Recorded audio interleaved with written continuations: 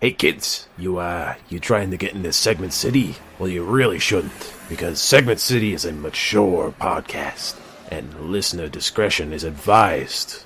I'm just trying to look at... I know I'm in an alleyway. I know how I look, but I got some fireworks for you kids. I got snakes and I got sparklers. That's all I got. Oh, don't give me that.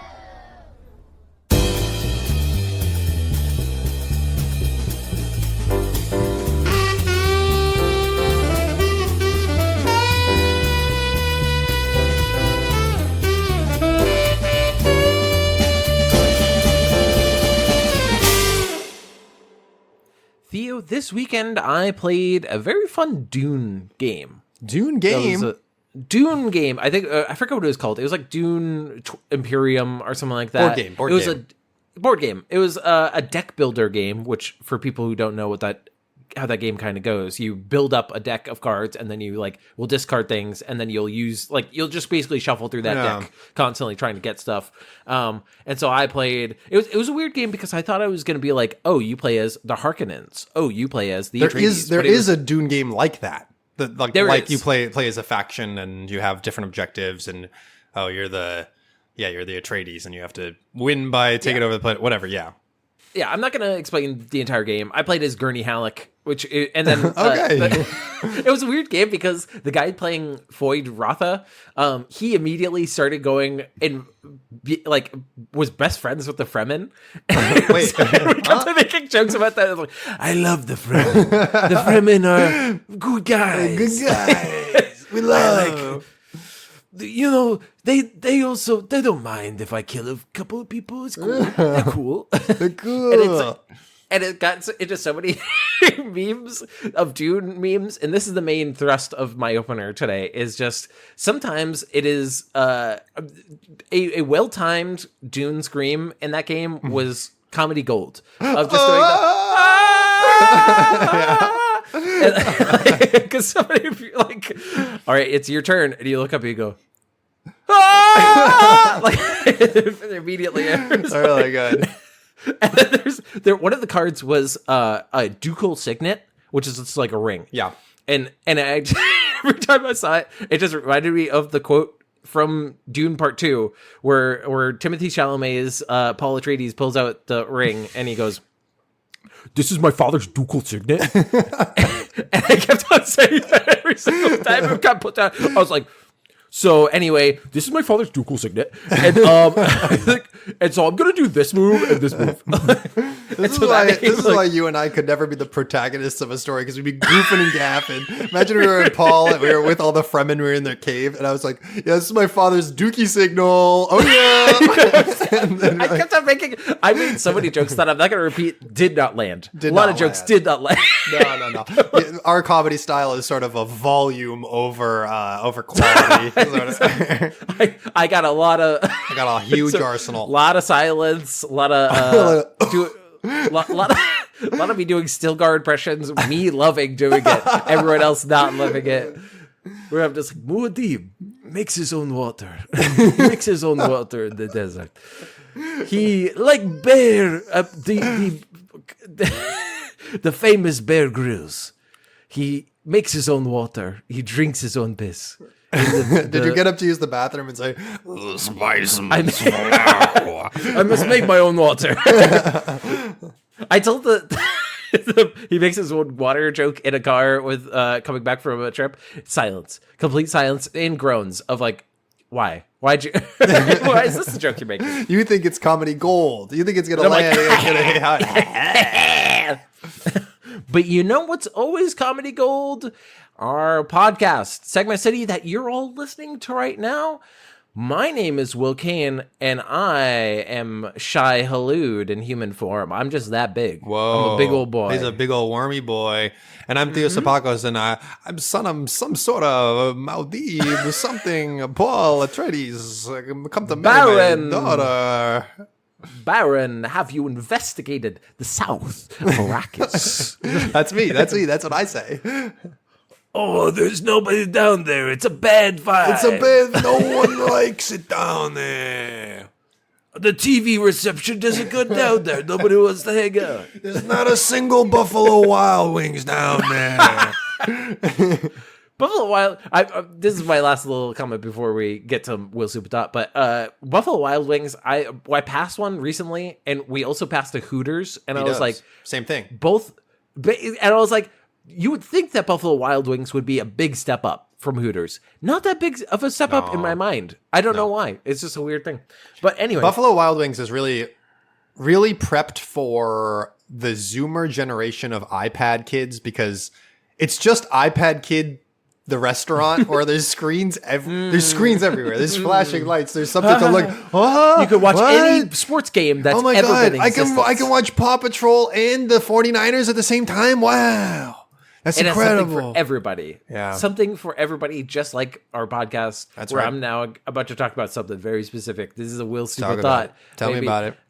Have you heard of the Riyadh Comedy Festival? This is in like Saudi Arabia or something. Saudi Arabia. Yeah, okay. Riyadh. A bunch of famous comedians have come in and said, we'll take the Saudi money. And yeah, as we all know, Riyadh is the capital of Saudi Arabia. Didn't have to look that up myself. Of course I didn't. That would be embarrassing. But I feel like the Riyadh Comedy Festival is the last straw that broke irony's back for me. Irony is dead. It is now, because a lot of the like you just said there. So this is a comedy festival hosted in Saudi Arabia, a notoriously very stringent theological theology. It's very based on religion. It has like a ruling family. It's a Muslim state, right? Like it is actually a Muslim state, right? Yeah, and it is. Yeah, they have flagrant human rights abuses. Yeah, it's not like great. It not great. So it's a bad look, and so it's created this weird rift in the comedy world because comedians scheduled to appear include. And let me know if you recognize any of these names. Mo Ammar. Okay. I don't know who that is personally. I do know who this is. Aziz Ansari. Yeah, I took that money. Okay.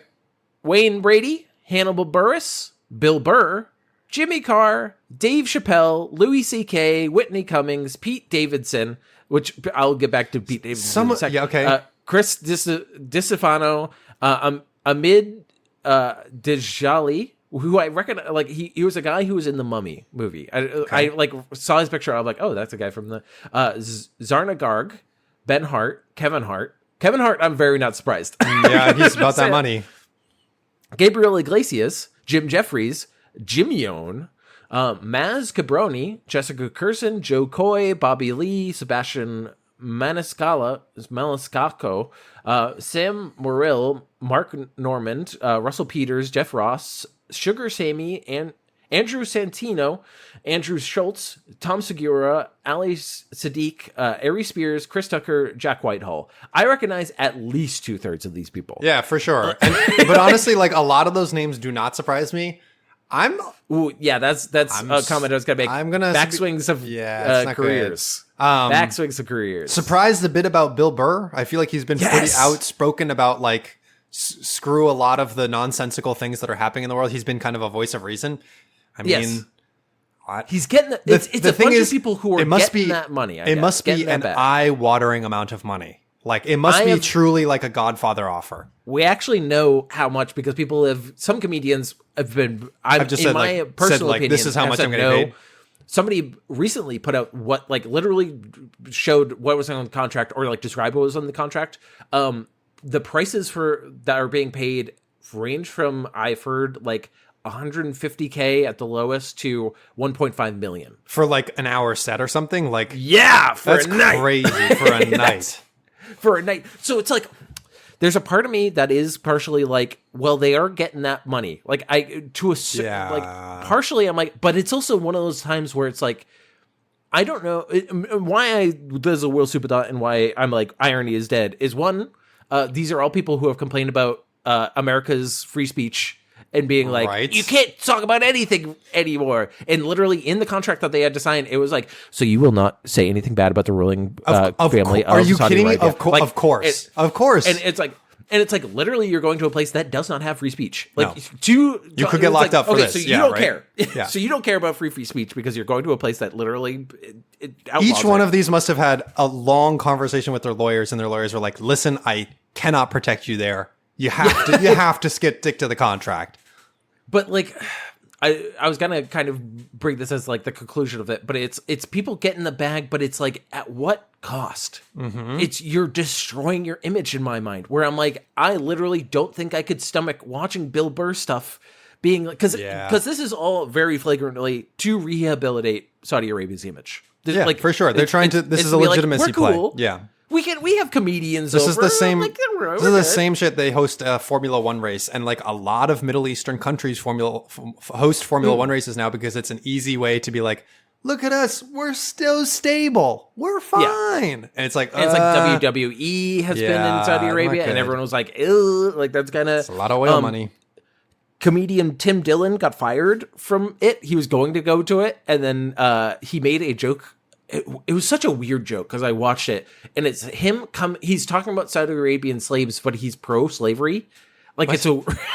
It's not a good bit. It's not a fun. Like I think it's him trying to be ironic. I don't like Tim Dillon that much. I think he's a man that he literally doesn't. He only thinks about his own best interests. Like he's literally been like, oh yeah, I'll sell out for anything. And it's man, this sucks so what for Wayne. Like Wayne Brady really bites me. Brady, that really gets me. I like Wayne Brady. I like Jimmy Carr. Dave Chappelle has not had a good time, or Louis C.K. But like there's something, and Pete Davidson, because this is, I think it was like.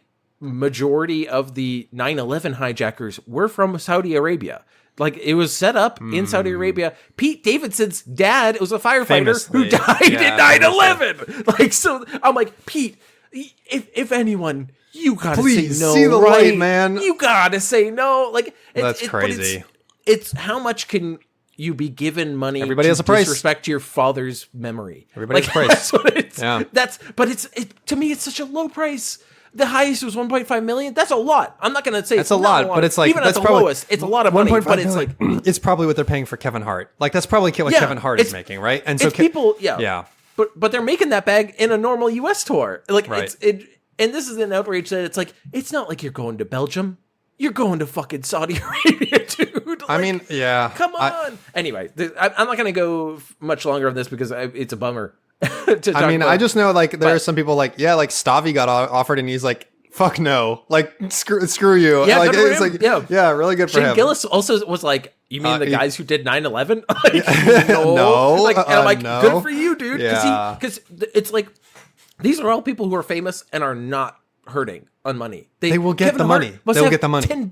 He must have millions and millions of dollars. So he's him being like, should I go against my country, my free speech like ideals, everything for some money? Yes. Immediate yes. I mean, he's also like the face of like a sports gambling website. It's like, this guy doesn't. He's not the most scrupulous person.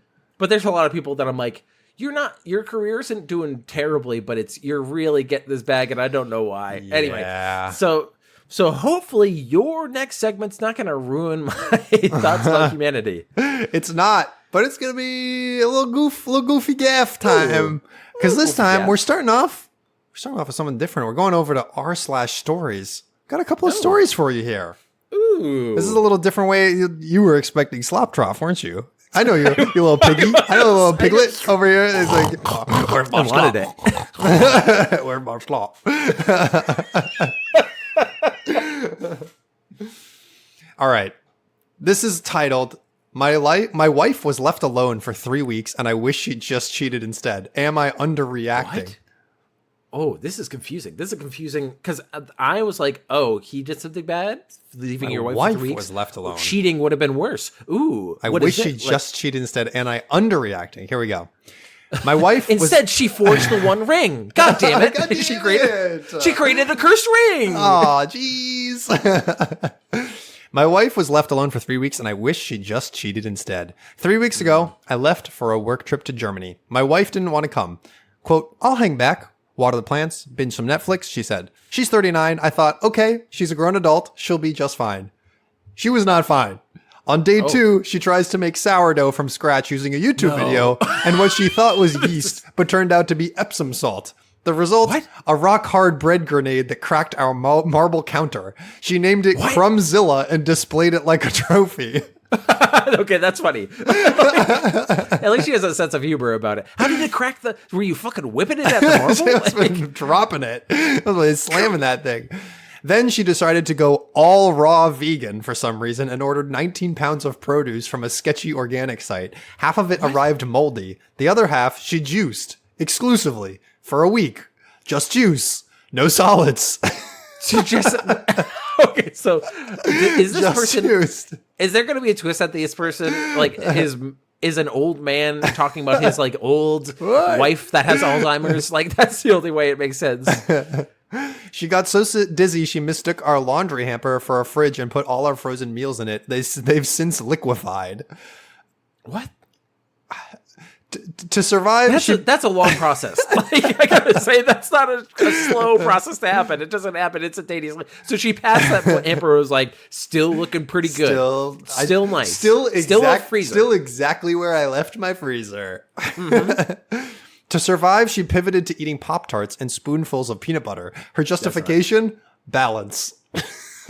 Okay, it's not often that I in medias res say I think this might be fake because it's still entertaining. It's a little too neat. Yeah, it's a little too tiny, but it's.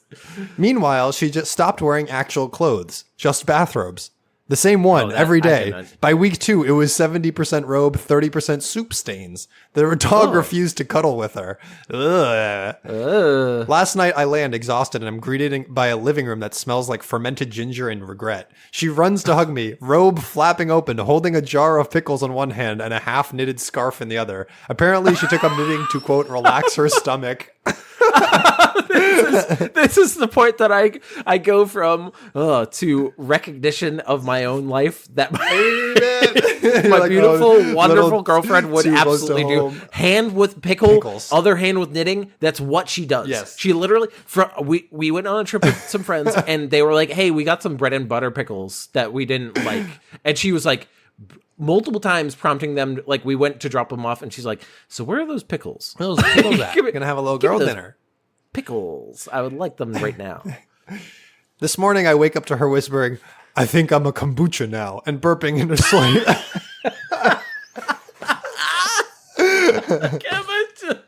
I think I'm a kombucha now. I'm too gassy. I'll be the booch. I grabbed my keys and I said I was going out for coffee. The dog followed. He needed air. I needed therapy. So here I am in a cafe with a silent, traumatized schnauzer drinking espresso like it's holy water. The barista asked if I wanted oat milk. I said no, because my trauma already comes in liquid form, hoping your morning is less fermented. And then somebody wrote the spinoff. My husband was left alone for 3 weeks, and I wish he just cheated instead. Oh my God. Rebuttal. 3 weeks ago, I left for a work trip. My husband didn't want to come. I'll hang back, game a little, order pizza, he said. He's 41. I thought, fine, he's an adult. From her, he'll be fine. This feels like it's somebody else doing it's almost creative right I now. think it's somebody else that offshooted. Yeah, it is somebody else. Different poster. Okay. He was not fine. On day 2, he decided he was going to become a grill master, even though we don't own a grill. He stacked 3 baking sheets on top of one another, poured lighter fluid over them, and set the smoke alarm for 40 minutes. The oven still smells like gasoline. Then he got really into minimalist living after a TikTok binge and threw away half of our dishes, claiming we only need 1 bowl each. Unfortunately, he chose the salad bowl and the dog's water dish. Everything else, gone. That is something I would do if left alone. I would throw shit out. Yeah, but not all your dishes. This is the recognition turning the mirror on me. To feed himself, he bulk ordered 20 frozen burritos and survived on those exclusively. By week 2, he was eating them still partially frozen because it's basically a cold wrap. His justification: saves electricity. Okay, this is strangely more believable. Yeah, it is more believable. He stopped doing laundry entirely, just rotated between 2 pairs of basketball shorts. Okay, that's very believable. That's a man thing for sure. By the time I got back, they had fused into what I can only describe as denim-adjacent cardboard. Oh my God. Ugh. Last night, I walked him to find him shirtless, playing the recorder he ordered himself off Amazon because quote, Mozart slapped.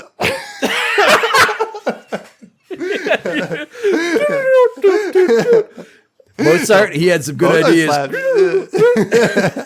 Just walk around shirtless. Just even if he wasn't doing Mozart's top hits, it would be crazy.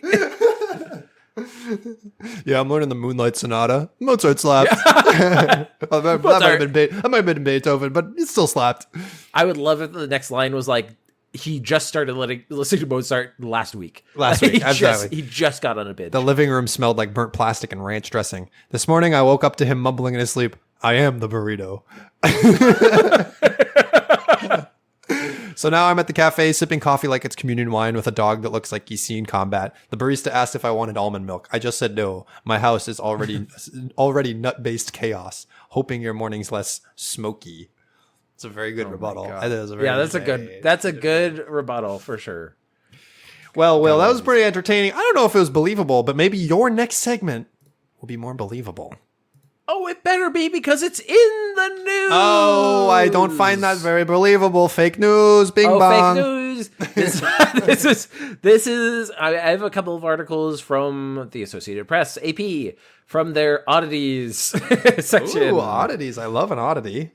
Yeah, I do sometimes just Google weird news. And you just know Google the words Good weird stuff. news. That's amazing. It works. It works. It's fodder for this. It works. It brings up their oddities page mostly.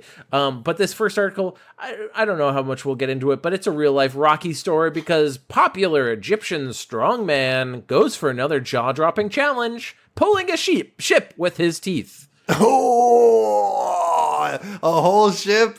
This man's got teeth like Steve Harvey, and he's got muscles like Terry Crews.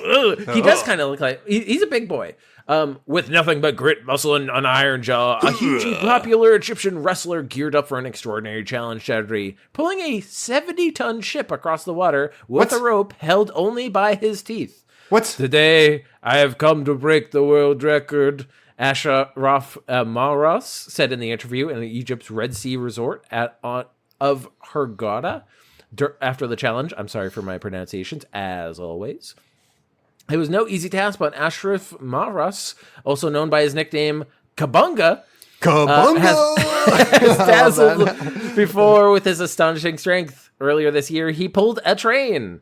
He has also single-handedly pulled a locomotive, and 4 years ago, a truck.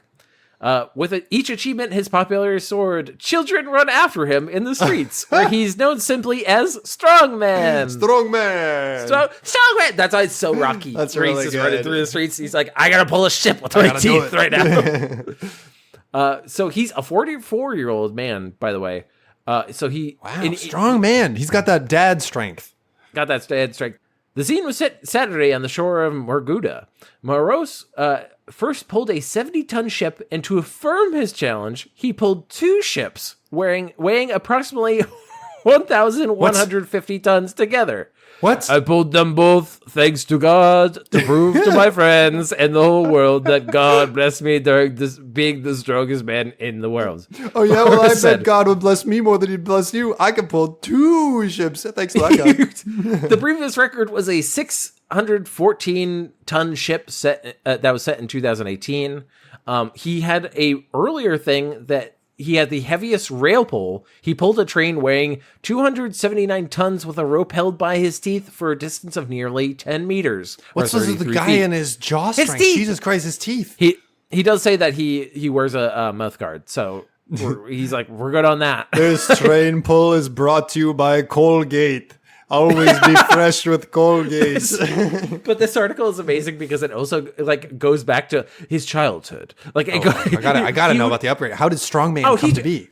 He just picked up heavy things. Cylinders. Sorry, I should have thought about that. It wasn't like he just picked up heavy things. Struck by lightning and suddenly he came out looking like a Greek god. No, he learned sports. He trained in kung fu, kickboxing. And Zeus blessed me with lightning, and now I'm strong. Why am I doing this accent? Because I was doing it first. Okay. This next one is literally, this is an SNL character. This is an SNL skit that has come to life. It makes me laugh. So reading through this made me laugh of how it would shift back and forth between the two subjects it talks about. Viktor Hovland's greatest pursuits: a perfect golf swing and the truth about UFOs. I got it. Oh my gosh. Wow. I could feel my brain stall out mid-joke because I was like, wait, what? Viktor Hovland's golf swing clicked at the right time. His search for the truth about UFOs, still a work in progress. Still a work in progress. Practicing on the driving range 2 days before the Ryder Cup begins Friday, the 20-year-old Norwegian said he suddenly felt freed up. When he reviewed his swing on video, it looked definitely better than the other swings that I've made lately. Obviously, this is a golf course that you have to drive it really well, and I've been kind of struggling with the driver, Hovland said Thursday at Bethpage Black. It's been a really long time since I've been able to stand on the range and just kind of beat balls fluidly. Hey, buddy, I don't give a shit about your golf. Without trying to feel like I'm steering it. That bodes well for Europe, which enters the tournament play on Friday as underdogs of the U.S. team turfs in front of what is sure to be a raucous New York crowd. President Donald Trump will be part of it, adding to the frenzy. About the UFOs.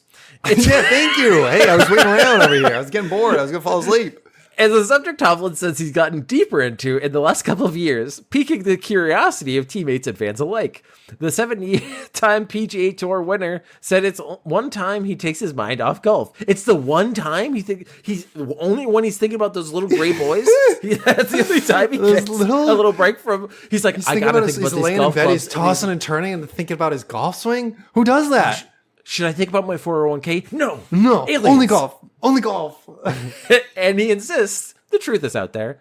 The more you go into it, the more you get more questions, Hovland said. It's one of those things that you really don't find any more answers, but it's very interesting to go in there and kind of challenge some of the beliefs that you currently hold. Okay. You have to kind of expand your mind a little. My man, did you have peyote recently? Like, what? Have some mushrooms? Hovland, one of golf's most popular and affable stars, was eager to get back to practice after a rain-soaked course on Thursday morning. He said he wanted to make sure his newfound swing didn't disappear overnight. This is the shit that I'm talking about, where he goes from talking about UFOs and then goes, anyway, his swing. His swing, though. This is mostly a golf story. No, go back. Does he have any experience with UFOs? Was he abducted? What does he think is out there?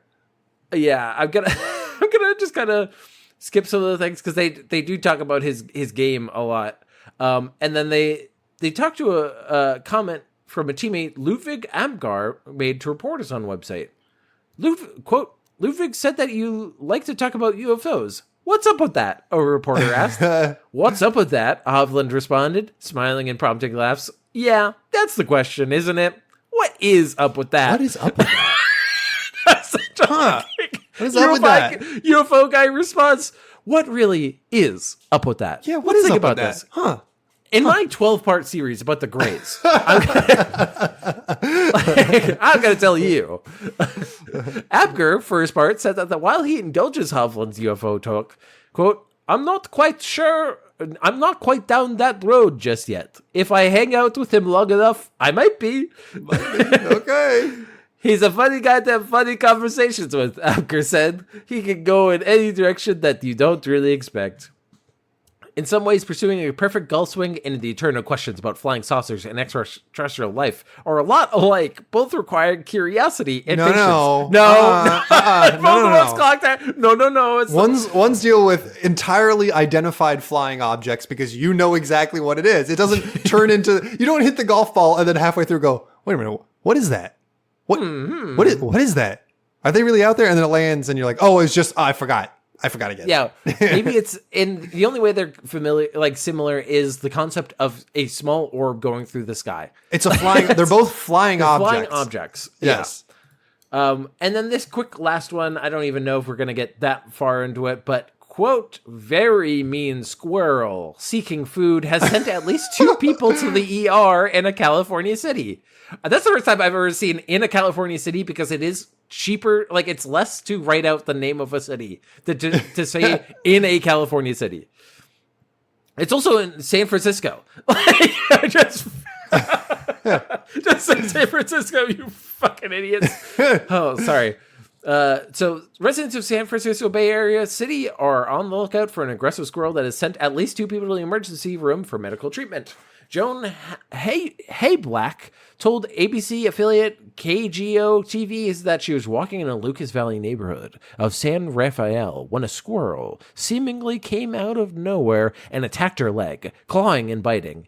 It clamped onto my leg. The tail was flying up here, and I was like, get it off me! Get it off me! Oh, no. Lex said. Isabel Campoy also said she was attacked while walking in the same area. The squirrel launched itself from the ground to her face and wound up on her arm, leaving it bloody, she said. Oh, both women went. Yeah, this is actually That's like this is gross. one of those times where I'm like, we're making goose and gas. These people did get injured. I do feel bad for them. Yeah, but also you're getting fucked up by a squirrel. Sorry, I gotta make fun of this. Flyers have been posted warning residents that the squirrel is no joke and that more than 5 people have been attacked by a very mean squirrel that comes out of nowhere. But they haven't had more attacks. And they say that it's mostly because someone has been feeding the squirrel. Yeah, I bet. That's why they say don't do it. Don't do it. And they say squirrels are not vectors for rabies, which I thought is interesting. Okay, so that would have been my theory. So that's good. Yeah, I'm glad that these people aren't going to get rabies. But so the squirrel's just confirmed an asshole because if you had rabies, at least he'd be like, "Oh, I don't know what was going on. I was just so thirsty. I saw the leg and I thought, oh, that looks like a big nice piece of fruit that I just is filled with water." No, he's just an asshole. His thought process really was, you don't give me nuts, then I attack. Human flesh. I attack. Yeah. Then this is war. I'm going to attack you now. But that's the end of my wacky news today. Hopefully your next segment is less cause it for injury? Maybe not. Well, of course, at the top of the podcast, you always expect me to go down to the slop trough, but of course, we're entering spooky season, and this is a mega-sized slop trough that had to be promoted into the main segment because we got, what's this oversized load just dropped, boys? Get in here. The slop trough is overflowing with Halloween news. Ooh, Halloween. Love it. This, of course, we're going down to PR Newswire, where we're getting all the latest of fast food news, and all these fast food brands, they just can't fucking help themselves. Can't fucking help themselves on a spooky season. They got to get a word in edgewise. Mm-hmm. So, well, we're going to start off. A couple of stories here. We're going to start off. Red Robin conjures up a hauntingly big burger and wicked new margarita for spooky season. So spooky season. Oh, summon the warlocks. Oh, you know what's spookier than a ghost? Maybe exploding your digestive system. Summon the warlocks. Summon the wizards. Get the witches. We have a big ass burger to summon. Big ass burger. You gotta fully unhinge your jaw to get this bad boy in your mouth. Yeah, it's you do. Humongous. It is big. Here we go. Red Robin Gourmet Burgers, Inc. Red Robin Gourmet Burgers. Not sure about that one. I've never heard the full name. Gourmet Burgers, Inc. Yeah, their NASDAQ is RRGB, Red Robin Gourmet Burgers, is summoning the spirits of Halloween with a frighteningly tasty lineup of limited time offerings to awaken taste buds from the grave at participating locations. Ooh. From September 29th today through November 2nd, Red Robin invites guests to sink their fangs into new Mega Monster Burger, a monstrous twist on the fan favorite Double Monster Burger. This is good because they suppose that, our fans are monsters, so we'll serve them monsters because monsters love to eat monsters. Bad, yeah, that's a bad way to categorize your fans, but I also like this idea of that the count is like beep, boop, boop, boop. No, you don't understand. They called me out in particular. Sink your fangs into it? How do I not? I know how to count to 3. I must see these patties. This is too much even for me. I'm getting a little too excited. This beast of a burger comes stacked with 3 juicy beef patties, 6 slices of melty cheese, pickle relish, onion, lettuce, tomato, and onion, pickles, lettuce, tomato, and mayo, served on a black and white sesame seed bun. This limited time burger is served with a bottomless side of your choice. Do we need to address the fact that this burger should be more than enough for you, you animal? You don't need a side. Animal? No. I must consume. I'm a monster. Without the cookies, I'm just a monster. The sides must flow. The limited time burger is served, with the bottomless, blah, blah, blah, blah. Behind every monster is a mad scientist keeping all the bolts and buns in place. Guests can step into the lab with the new mad scientist margarita for only $7.99. A spooky price. It's on the thing that they showed. It has a little green beaker, spooky green beaker full of red liquid that they're pouring into a big margarita. And they say the limited time it's served with it's the scary delicious concoction combines blanco tequila, agave, and lime juice. Guests get to mix in a beaker of scarlet elixir, also known as grenadine, tableside. So you get a little mix in. It looks like blood. From what I have seen and heard so far, that's the only interesting part, because this is a regular, if mongo jongo big old burger. Like, this is, but it's a regular burger. It's not anything special on the burger. It's just it's just bigger. And now they're calling it a monster because they're like, well, we don't know how to do real things, so let's just put another one. What are we going to make a green? What are we going to do? That's food dye. We are going to pour food dye into the drinks. Based on the popularity of our recent limited time triple patty burgers, such as our gold medal burger and buzzer beater burger, along with larger, exciting trended beverages, we wanted to go bigger, bolder, and just a little bit scarier by introducing the Mega Monster Burger and the Mad Scientist Margarita this spooky season, said Brian Sullivan, executive chef and VP of culinary and beverage innovation at Red Robin. Possibly. So much. I might put it out there. This man might have the easiest job in the world. He said, I've been tasked with coming up with a seasonal burger. And what did I do? I took a burger on a burger on a burger. And I said, job done. Monster burger. Job done. I get to go home now. He went through his thesaurus and he was like, what's big? Big. What's big? Monstrous. Oh. That's a big burger. Just do a big burger. Even the youngest witches and warlocks can get into spooky spirit with the new bottomless candied orange fizzy soda. We're done with this one. We're going on to the next one. Here we go. Oh, that's what the thing with I thought that was a beer that they put a little cherry on top. And I was like, the fuck? I don't know. Whatever, I don't know, man. We're not going to Red Robin this season. Here's another second article. This Halloween, Sweethearts drops scariest candy ever. Ghosted Sweethearts. What? Huh? Wait, is that the Valentine's Day candy? Sweethearts, America's quintessential Valentine's Day candy, is launching Ghosted Sweethearts for Halloween. This limited edition release of specifically designed boxes containing all white hearts with no words is available for buying or gifting to ghosters at ghostedsweethearts.com.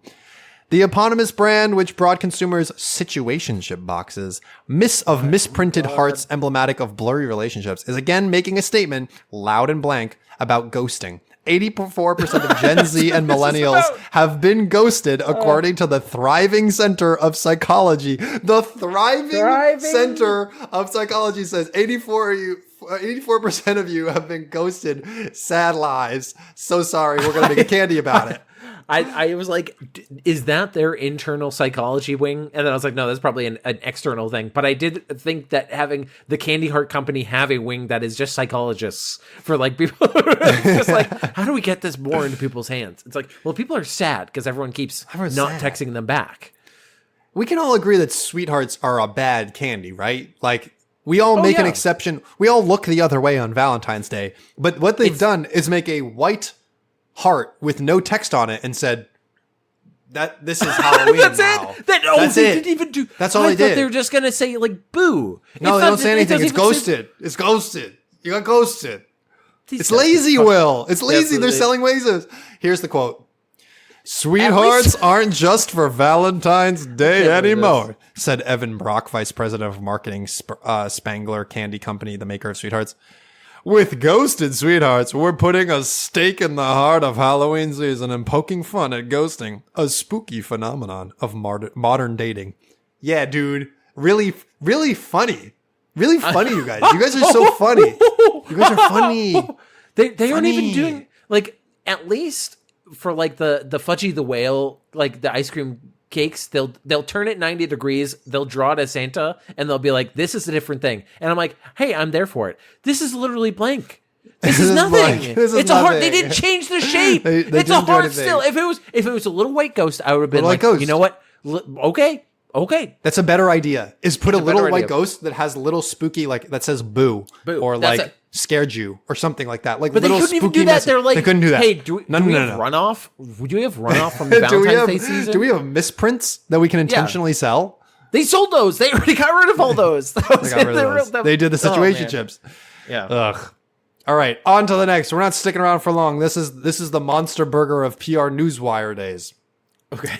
Chili's viral Mott's Mates costume returns for Halloween with a side of reality romance. Ooh. What does that mean? I want to see somebody in Love Island with a big mozzarella stick costume. Honey, I love you. Yes, exactly. The viral Nashville Hot Mott's costume is back, and this time Chili's Grill and Bar is teamed up with reality star Jana. I'm going to say Jana for this. Jana Craig to add a competitive twist and the possibility of a date with Jana at Chili's to the Halloween fun. I wouldn't go on a normal date with her. Chili's is not sweetening the deal. So. I think Jana is just an influencer. Maybe she did a reality TV one time. I didn't dive into that because I couldn't give less of a shit. I'm with you. I wouldn't have gone into that either.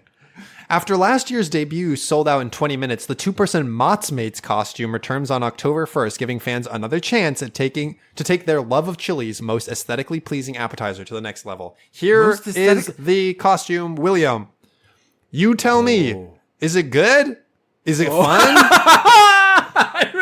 Is it good? That. It's not that good. Is it good? Hey, gang.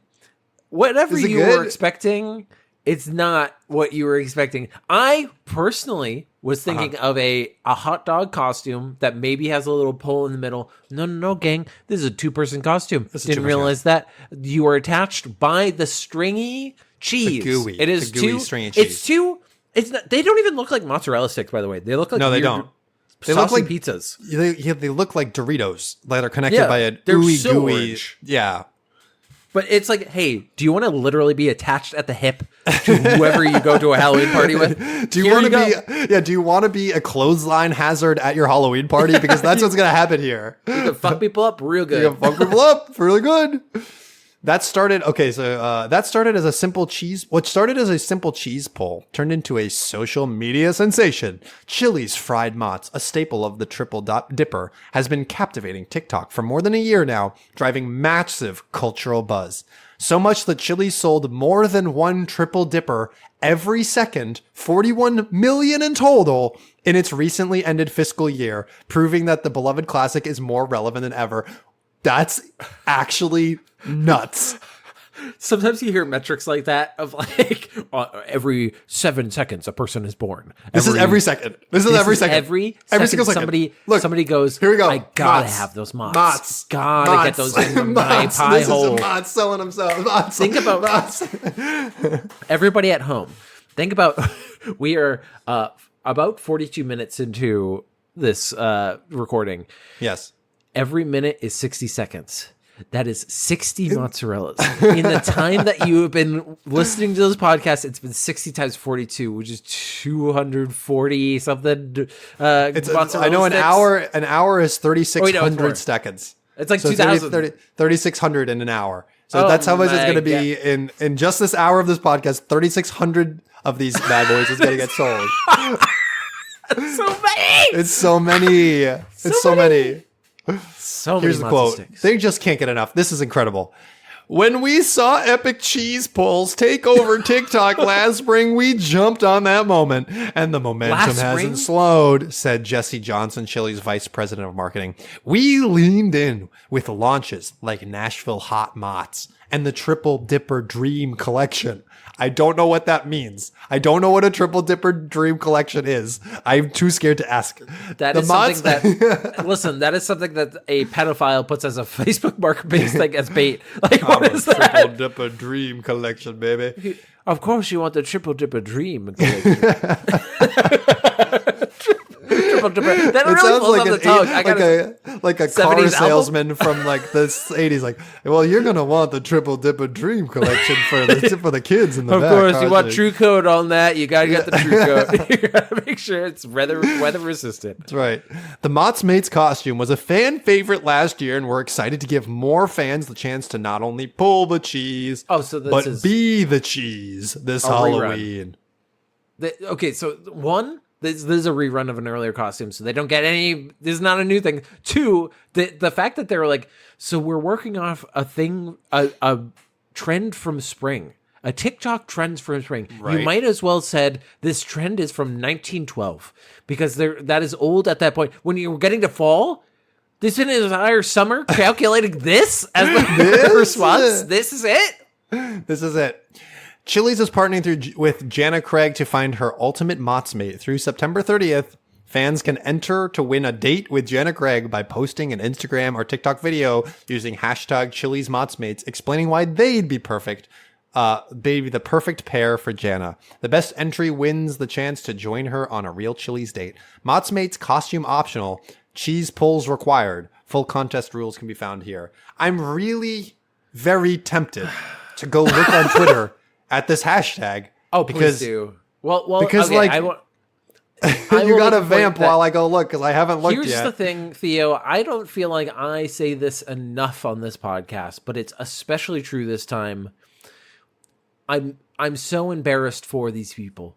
This is so embarrassing. This is not good for her. For sure, it's embarrassing for her to have to go to the Chili's and be like, "Please, love has. I've deflected. I've parried love at every turn, and now you need to thrust true into my heart." Fucking Chili's, can you get me a nice Mott's mate? And it's embarrassing if you posted. Here's the thing: if you're not posting jokes about this, if you're real and true and being like, "I need to go on this Chili's date with this reality TV show lady," I'm not gonna respect you. You're bad.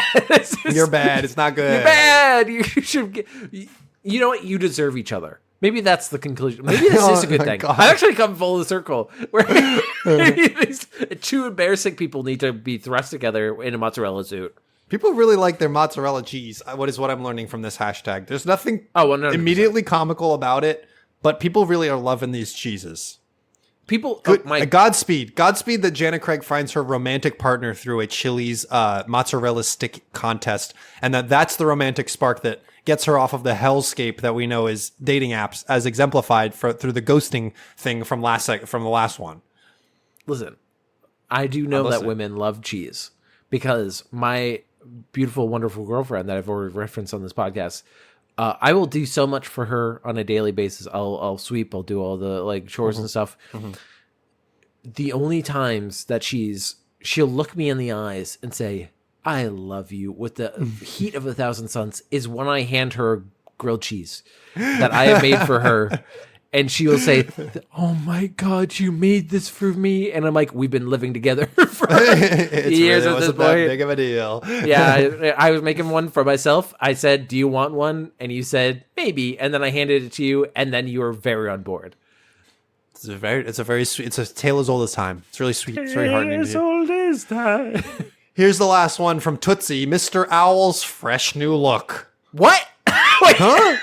What? Well, it's me, the Tootsie Owl. That guy. And you want me to have a glow up? When I'm just here to crunch on some lollipops way too soon. Tell me, how many bullets does it take to silence a rat? 1, 2. Okay, Mr. Owl, jeez. Maybe it is time for me to redo my fashion because I've gone through 1 wife, 2 wives, 3 wives. They keep leaving me.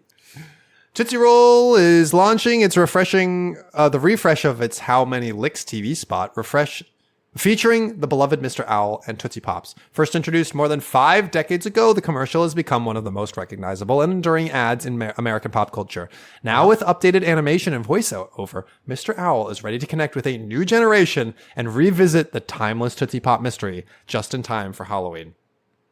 I'm not actually really interested in this news article, but I do want to watch the refreshed ad together because the refreshed ad. Will, okay, I think they forgot to refresh it. I think they forgot. I think they forgot. Oh, right. This is the one that's supposed to connect with a whole new generation of Tootsie Pop lovers. This is the brand refresh for the Zoomers. This is the brand refresh for the Zoomers. How do you do, my skibbity-doo? How is You know where they keep the pops in Ohio, my dude. Skibbity dee, skibbity doo, ready to crunch. Are you? All right, let's watch this together. We'll insert the. I can't imagine we're going to get claimed for playing a literal commercial, so we can probably just put the audio in. Are you ready? Yep.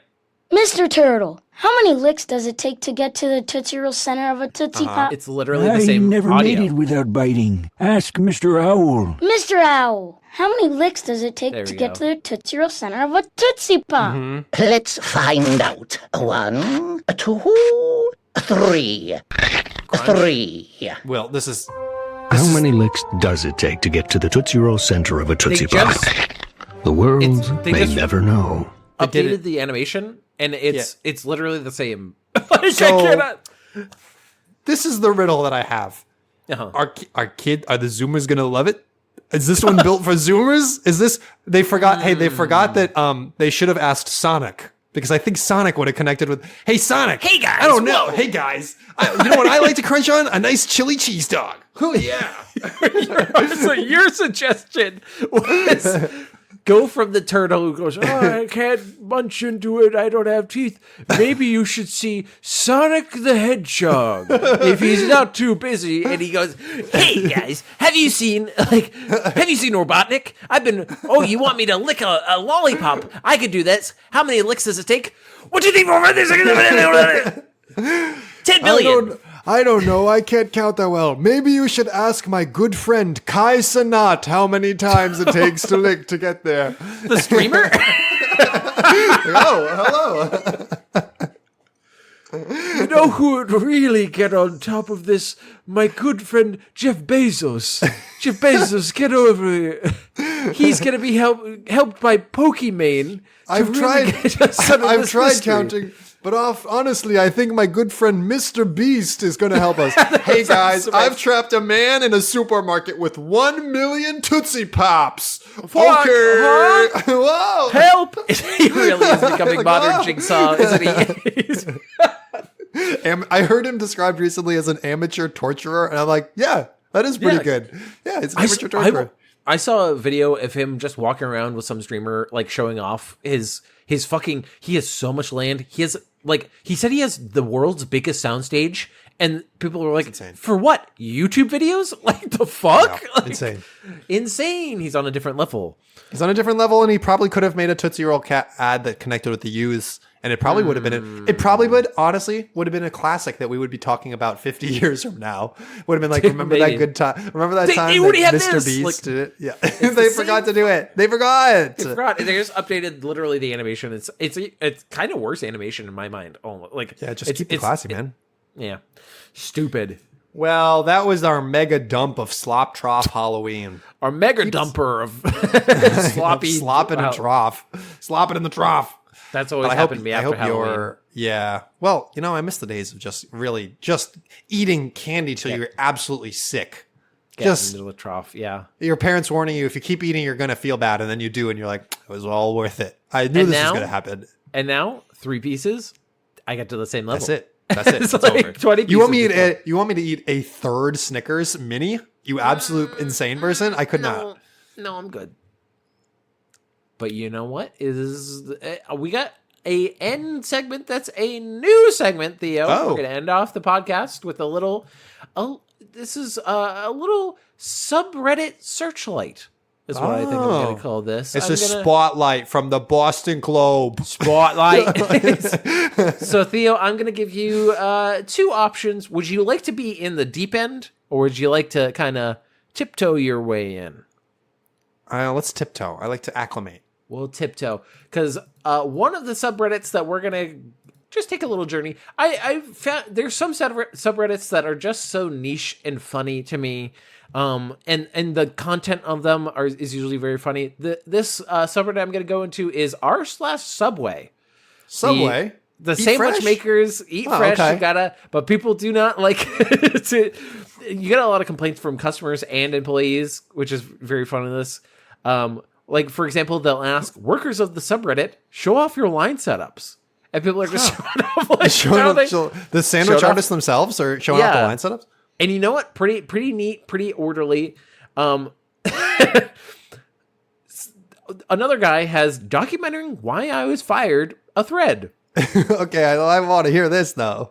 So it's mostly images. I'm going to send you these images because they're funny. The first one is tea bread.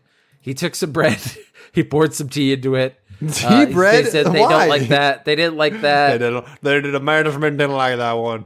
They didn't like the double wide. Why are you doing this? Oh no! Why? The double wide is they took a big sub. They flattened out the two used one pieces. for the top and one for the bottom. So it's double the size. I don't know why this was necessary. Well, actually, I kind of do know why this was disgusting. What is that? Sink mayo. We got some fill the sink with mayo. That just feels like something you're gonna have to clean up yourself. And quadruple mayo. Quad mayo. Oh, that's Quad a mayo. slapping sandwich. Olive. There's all olives. Why? Who's it for? Who's it for? Olives and cheese. That's it for. No condiments whatsoever. This is another image I'm going to send to you. I'm sorry for people listening. We are going to describe these. Well, we already described most of these images. Quadruple mayo, you know what that is. It's just a lot of mayo on a sandwich. This is expect anything at Subway, stolen from Facebook. It's somebody who brought their fucking baby behind the line. The baby is looking. He looks like a little old man who's going to shiv you. He's standing right next to a knife. He has the classic old man hair, like widow's peak. Yes, it's so good. Some people just trying to work their jobs. Let them have it. Walked into work and my boss just handed me this. It had special instructions as a receipt. Please, can I have an absurd amount of jalapeno? Fuck me up, fam. God bless and good day to you. Please check order contents are correct. Fuck me up, fam. Fuck me up with those jalapenos. Lady came in, ordered some of everything, then complained. Yesterday was my third day, and the job is fairly easy, so I was just working like normal. For reference, I've been working at 2 McDonald's locations for 2 years and Wendy's for a few months. I mean, okay, nice to get your resume, I suppose. Yeah. Some lady came in and ordered 3 footlongs, and this one she ordered buffalo chicken, made me put chicken in a ramekin and toss it in buffalo sauce instead of putting the sauce on the sandwich. Okay. Then got extra of every vegetable except spinach and jalapenos, then got a third-ish of a bottle of mayo. I attempted to fold it but couldn't because of how big it was, and she started bitching like, my husband will complain, and started recording me and my coworkers. My coworker ended up making it again, but what do you expect with so much toppings?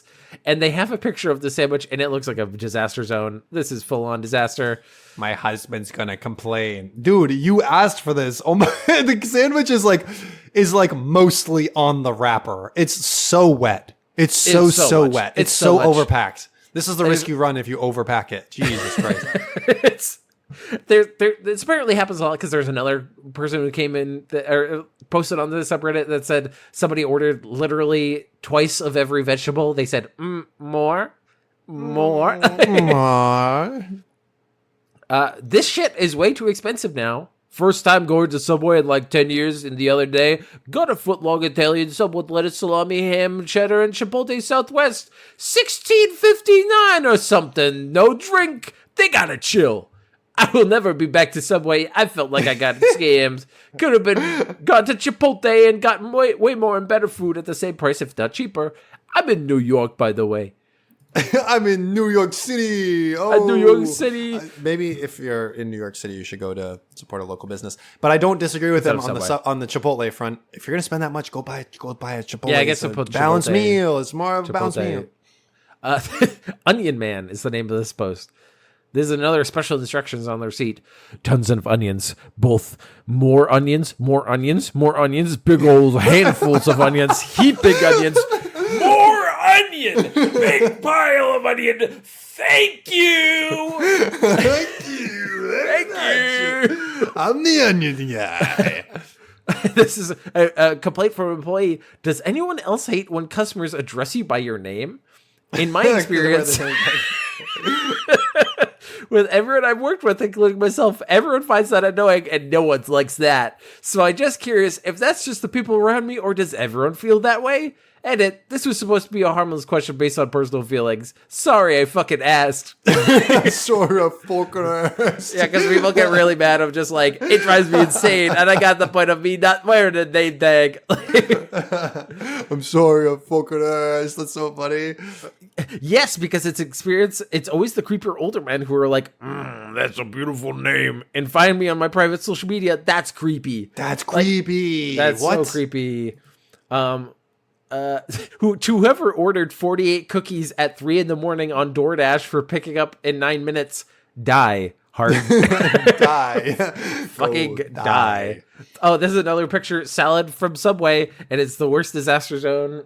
Maybe even worse than... Oh, no. It's just lettuce and cukes in a box with slices of cheese and ham on it and little mayo. It's gross, man. Don't do this. So I only got one quick one and then one... it's not a long one, but just about to start working at Subway in the UK. What? Is the name of the post. What?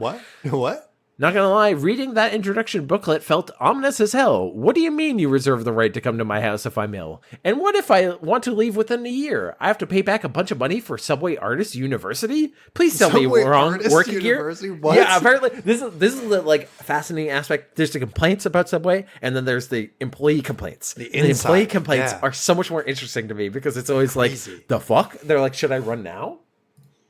And then woman thief tries to act innocent after stealing my Subway sandwich. So I was at Starbucks, and I put down my sandwich on a table that I just bought from Subway. I walk to the register and order my coffee, and everything is normal. While I'm waiting for my coffee, I look at this group of people, 2 black women, a baby, and a Hispanic male, and I see them whispering to each other, and they start laughing. I'm thinking they must be sharing a funny joke. Well, I grab my coffee and I turn around and I see that the group has left and my sandwich is nowhere to be seen. I send them walking to the car and they got in and the guy is putting the baby in the car seat. I get to the car and what do I see? One of the women was holding my sandwich with a wide-eyed shocked stare that directed right at me, and she says, "Oh, is this yours?" What? I'm like, "What the fuck? Why did you take my sandwich?" Her response was, "I thought someone just left it there." What? Lady. Mind you, it was a wrapped sandwich, which gives her the impression someone left it there, and she saw me walk in and put it down. Yes, someone leaves a brand new sandwich, unopened Subway sandwich, sitting on a table at Starbucks. Just in that one. What? That was. But anyway, I just want to end with that one because it's such a Sandwich thieves are out here. Perfect, like. I feel like that's also, even though it took place in a Starbucks, it's the perfect Subway moment of like paying like too much for a sandwich and then getting it stolen. Imagine like a Subway in an airport, and like over the announcement, they're always saying like unattended baggage will be confiscated. And there's like a guy going around and he sees you left a Subway sandwich on the table for like 5 seconds. He's like, unattended baggage. It was unattended. I confiscated it. Well, now it seems that this podcast is about to be unattended because we're going to finish it and then be done for the night. So thank you, everybody, for listening to this podcast. We hope you enjoyed it. If you did, leave some star ratings on reviews on your podcast network of choice, Spotify, iTunes, Stitcher, etc., etc. If you liked us to read some segments for the program, send it to segmentcitypodcast@gmail.com. Hit up our YouTube for full episodes. Hit up my YouTube, Golly G. Willikers, where you can see funny video essays about silly things like Winnie the Pooh's Home Run Derby, a bad Fash game, or what cryptids I want to smooch. But we got to give a big thank you to somebody in particular. That thank you is to Rachel Robinson. She does our intro music, and she has amazing other tracks you can find on your streaming platform of choice. Some say that she once made the world's best sandwich, but then she ate it and she couldn't remember how to do it. It was like she couldn't do it. It was like Tenacious D. This is every sandwich since has just been a tribute. They can't remember how to do it. It's just a tribute sandwich. This sandwich is a tribute to the greatest ever to ever do it. Rachel Robinson every time. That must have been a Scooby-Doo ass sandwich. Oh, A big old, like Zoe Scoob. This is a big sandwich. Oh, what do you mean dogs can't eat mayonnaise?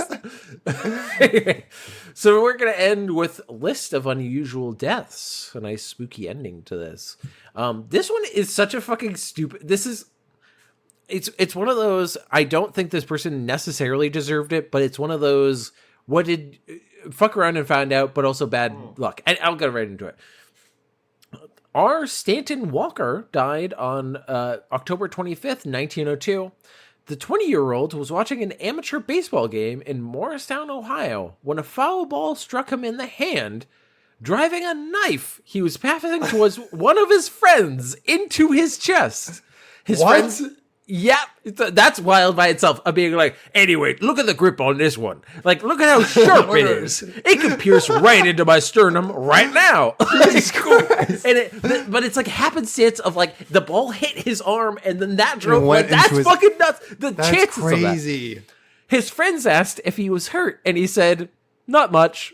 But the wounds soon began to bleed heavily, and he died within minutes. That's fucking, could you imagine? That's crazy. Because the guys must, in that, after he was like, not much, they probably were like, hey, yeah, it's cool. Legend. It's totally, yeah, and then, yeah, good guy. And they still drinking their beer, and he goes, oh, feels so good. this is not good. Anyway, Lord. That the one odds on that. That's the odds on that is crazy. That one is maybe one of my, weird to say my favorite. It's infinite monkeys with infinite typewriter situation where it's like, Yes. This is crazy that this happened. It's such a happenstance. It's such an unusual death of just like, it's a cartoon. That's a cartoon. Yeah. Oh, man. Well, hopefully. Keep your knives out of my baseball. Yeah, keep your baseball out of my knives. What? My baseball.